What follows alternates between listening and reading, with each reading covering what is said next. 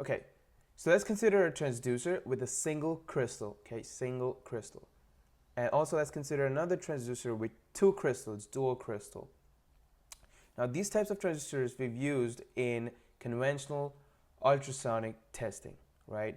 Now when phased array, what we have is instead of one and two crystals, we have multiple crystals. So there's like 8 crystals at a time, which is 8 element transducer. This is phased array, basically. 1, 2, 3, 4, 5, 6, 7, 8. 8 elements sending sound at the same time, which could be phased in time, and that's why it's known as phased array. Now consider a test piece and using a conventional ultrasound manual probe, right? Single crystal probe. In order to scan the whole test piece, I have to scan manually, moving the probe physically from one location to other. This is typically in conventional ultrasonic testing. Now imagine I'm inspecting the same test piece with a phased array probe, which has multiple crystals at the same time.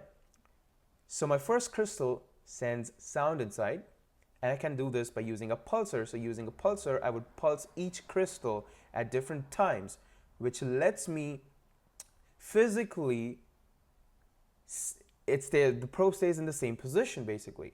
But within the transducer, electronically, my sound beam moves from one position to the other.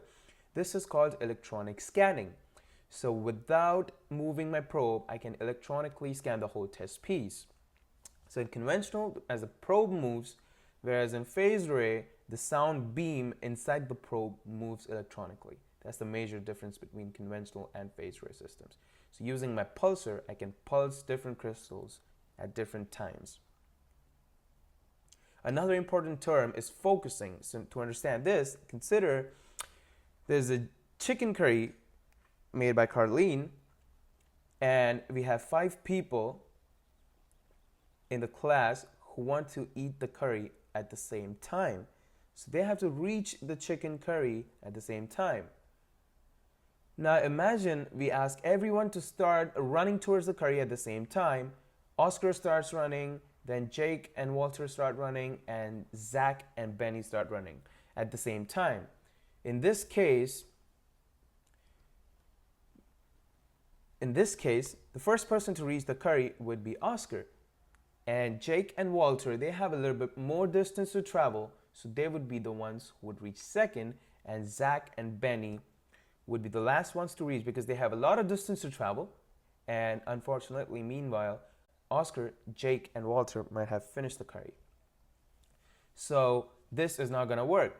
So in order to avoid this, what we could do is time each and every person so that everybody reaches at the same time. So let's say Zach and Benny start first, Jake and Walter start second, and Oscar starts the last.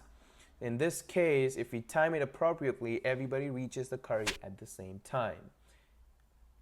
This is called time delay. Using time delay, I can focus all of them on that curry at the same time. Now imagine these 5 people are the 5 crystals, individual crystals in the phased array transducer. Or let's say we have multiple crystals, not just 5. So in this case, considering there's a flaw at a depth, at some depth, arbitrary depth. Now if I want to focus all of my sound beam, I have to pulse my extreme transducers first, and sequentially, as I go inside, I have to pulse them later in time. So what that does is my sound beam from each of the crystals will reach the flaw at the same time, which results in focusing at that spot. And the function on the OmniScan to do this is called focus depth. So this is my first element, 7th element, and I'm going to start pulsing the 1st and 7th first. Then I'm going to start 2nd and 6th second, and so on and so forth towards the center. So this depth is called depth of focusing.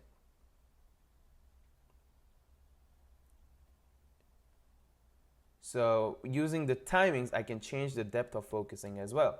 Let's have a look at how depth of focusing is important in flaw evaluation or even flaw detection.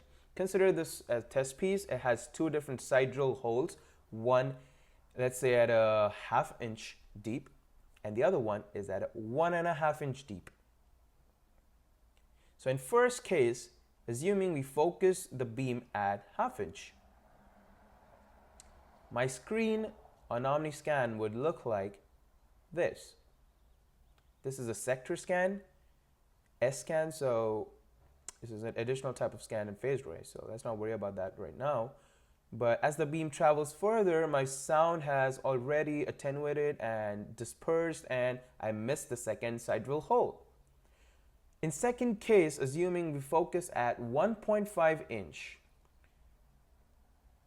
so in this case, my sound beam would look something like this. In which case, my screen is going to look like this. The 1/2 inch hole is going to be light, and my 1.5 inch hole is going to be really strong, and there's going to be some backwall reflection as well, right? So it's a rule of thumb is that focus at a depth that is greater than your depth of inspection, the maximum depth of inspection. Thank you.